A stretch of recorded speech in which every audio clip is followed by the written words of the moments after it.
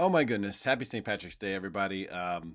Update as promised here. Of course, you know I will deliver. Just noticed that chord's in the shot. Amateur hour. So just real quick, let's get festive for a second. Happy St. Patrick's Day. Do we know what this holiday actually is? Not really. I think you're supposed to drink beer. But it is what it is. We weren't drinking beer today because we were hopeful today for some really groundbreaking stuff taking place with the Federal Reserve and the minutes that they released, the announcement they made, the message from the Federal Reserve about inflation, about the state of the economy, and ultimately, where are we going from here? Do we have inflation? What are you going to do about it? You going to do anything about it? You going to do anything about it? So first thing we'll do, Derrick Evans here, VA Home Loan Specialist, NMLS 155010. You know, someone who wants information about the VA Home Loan Benefit. I'm a great contact for them. Got my green on. So we're in good shape. Let's go ahead and let's dive in right away. I want to get to this as quickly as we can. And I've got a couple things I want to show you. So let's go in here to my computer, which is, of course, most prepared. And so here we are. So you remember yesterday when we were looking at this, and it was kind of like, all right, hey, this is a little bit dreary. You know, we've got this really bad, downward trend right here, which is not good. We want these prices to go higher. We've got this other one here. It seems to have accelerated, gotten worse. And this is the one that we're really looking at, and the one that we're really concerned about right here is this downtrend, because this acceleration in the lower prices in mortgage bonds makes mortgage rates go up, and now they're going up at a faster clip. What we saw today was we saw a day where we actually lost 2 basis points, which is pretty interesting considering the candle is very green, right?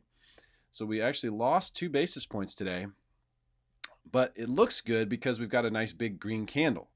You know, this candle right here doesn't look so bad, but if you look where we started, where we ended, we actually lost 2 basis points.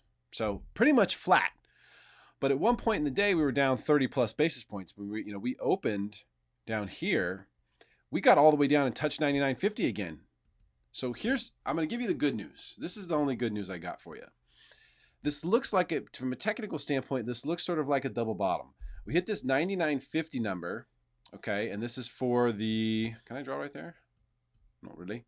This 99.50 number for the second time, and this sort of looks like a classic double bottom situation, you know, down and then up and then back down to the same spot, and then boom, we should go higher, right, from there. I don't know if that's going to happen or not because, like I said, the downtrend is brutal when there's nothing but resistance from here. I mean, resistance level here, resistance level here. Then we got a moving average. Then we got another one, and then we got another resistance level. Then another resistance level. Then a moving average. I mean, it is a rocky road to higher bond prices here, which would lead to lower mortgage rates. Difficult to see. Now, tomorrow, we could, as you see right here, we could go up a little bit here, could make a nice little move here, and still be inside of this downtrend as well, the accelerated downtrend. So we're not even really going to know, I don't think, tomorrow whether that accelerated downtrend is going to hold or not. And we need to break through that. That's the next most important thing for mortgage rates. This particular day, though, felt like a win today, even though we were down 2 basis points, because at one point we were down, we opened so low that pricing was affected by it. And then midday, we got a pricing improvement, which is great.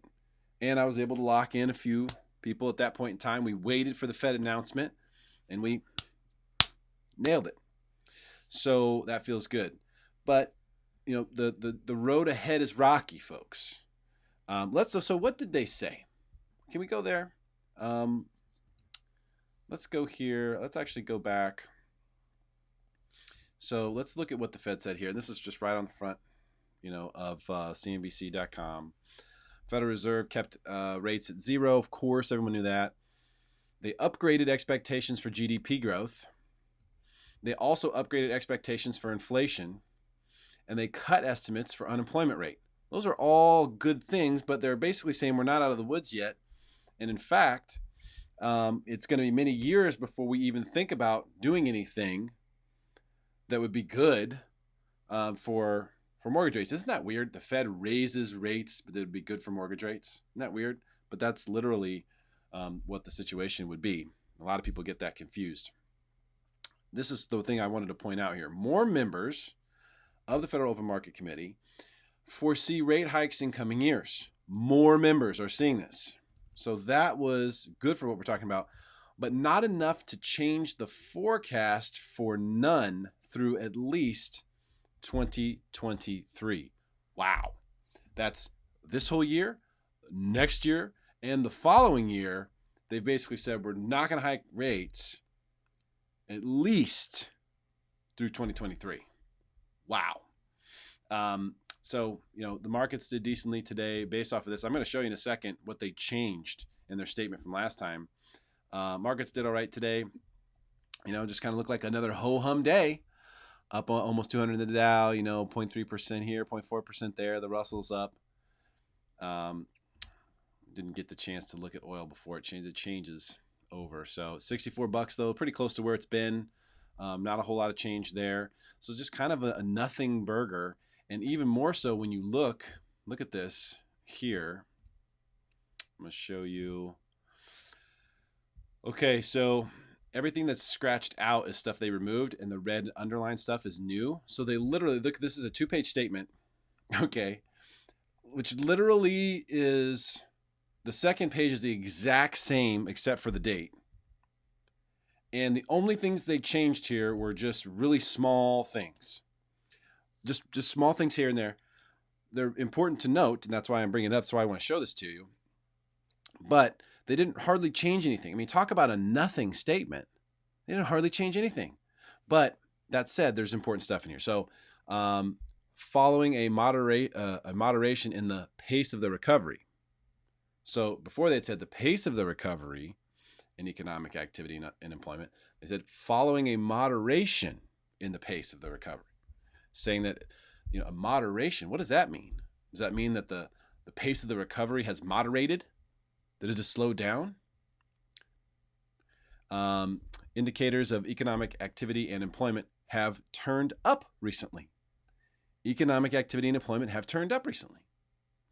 The last time they made this statement, they said that it had moderated in recent months, with weaknesses concentrated in the sectors most adversely impacted by the pandemic.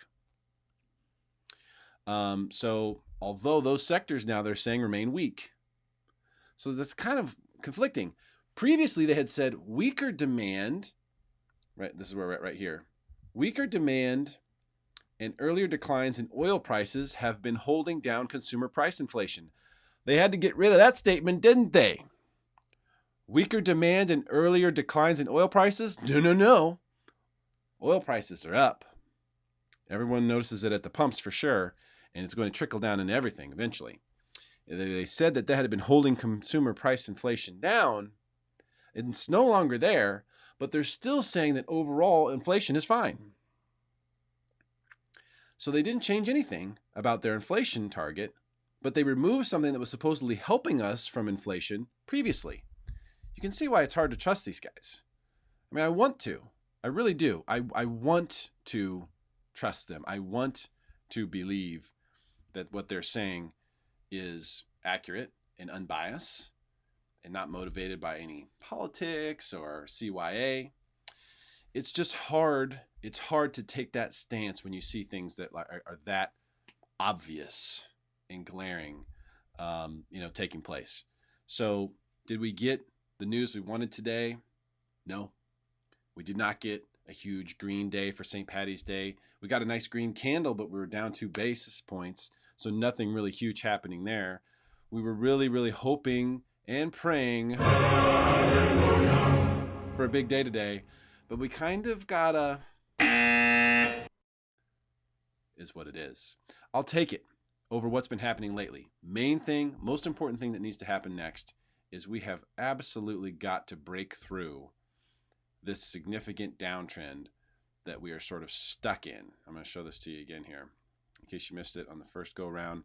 This really is the big problem for mortgage rates, is the fact that we just can't get off the schneid here. We need to have a day, we need to have some time that we can spend moving this thing up.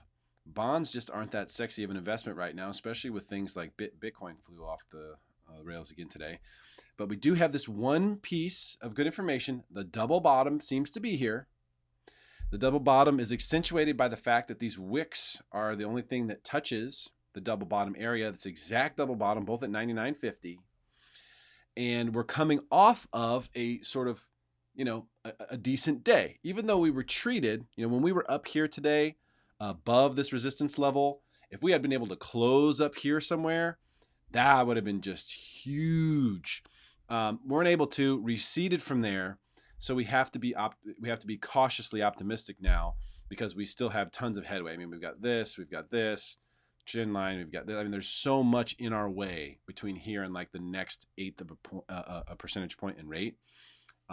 People are still able to get high twos, VA, FHA.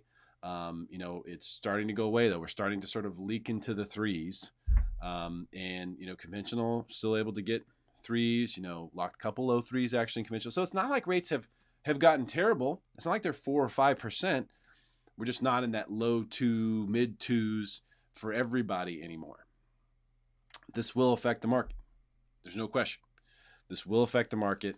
It's just a matter of how and whether or not that impact will have a noticeable change in demand or prices. That's what we're just not sure about. So we could get lucky here. This could totally be a setup where we get lucky and we just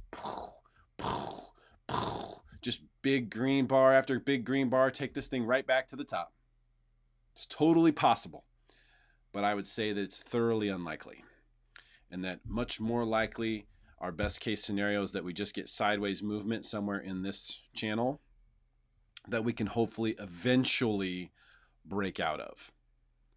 I think that's our best case scenario, because the Fed didn't give us any indication that they're going to actually do anything that is going to be beneficial for bonds or beneficial to curb inflation. They put their sword in the sand and said, we still think inflation is under control.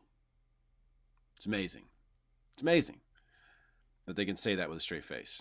But that's where we're at. So that's today's update. I'm going to do some more fun stuff. I do want to show you this.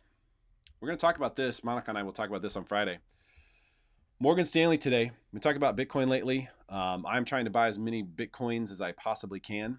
It is probably the most attractive investment I've ever seen. It's basically digital real estate. We have physical real estate and we have digital real estate. Both have lots of reasons why you should buy them. It's making me get soft and kind of weak on stocks, I'll be honest. Just because of the different dynamics. We'll talk about that. But Morgan Stanley today, I noticed how they said this, becomes the first big U.S. bank. Becomes the first. Obviously, they won't be the last to offer its wealthy clients access to Bitcoin funds. To offer its wealthy clients access to Bitcoin funds. Who do they think they are? They think they own these people? You think you can just tell them what they can and can't invest in? That's what they think. That's what they're doing. This is crazy. Looking at the statement and looking at the information in this article is absolutely mind-boggling. We're going to talk about it on Friday and go in great detail. But only allowing its wealthier clients access, the bank considers it suitable for people with an aggressive risk tolerance who have at least $2 million in assets held by the firm. Wow.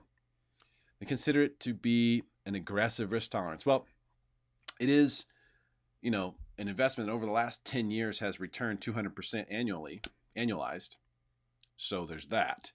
But what's happening here, as I told you this was going to happen. And this is why I said get into Bitcoin when it was at 53, because this is the whole story, the whole reason why I personally have gotten on board.